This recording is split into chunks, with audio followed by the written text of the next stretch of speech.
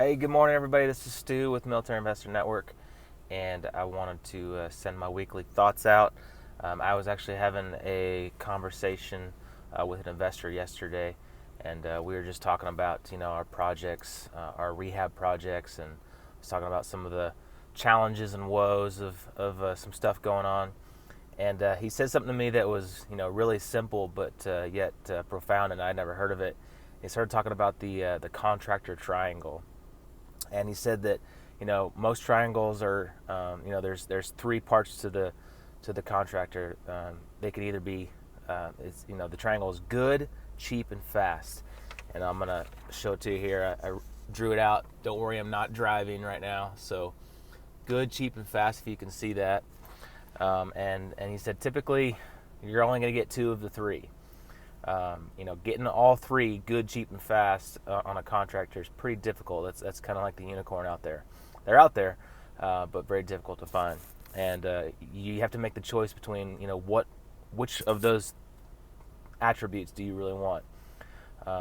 Good is at the top of our list. I put it at the top of the triangle, and then we got to decide if we want to be good and fast or good and cheap.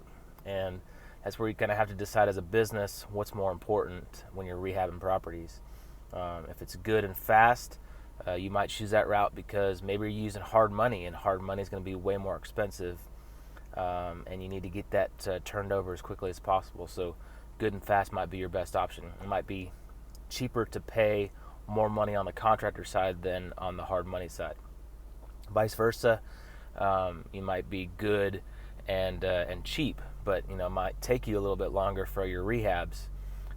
Maybe you're using private money and it's a little less expensive, or maybe you're using your own money, and it's not as important to you in your business to get it turned over as quickly. So just some thoughts there.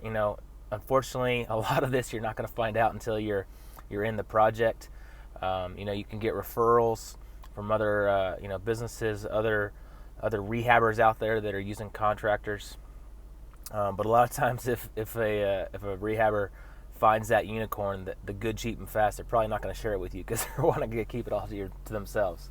But another good option is, if you're driving around, you're doing the driving for dollars. If you're driving around and you see a rehab take place, then hey, stop in, say hello, walk into the house, see what's going on, check out the work. And see what type of rehab is being done, and ask questions. I'm sure they won't mind. You might slow them down just a little bit, but it's worth checking in on a job and seeing what their work is like, and asking if you can talk to their general contractor or their project manager, and create a relationship that way.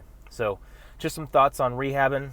It is a challenge to find good contractors and keep them, and keep them motivated.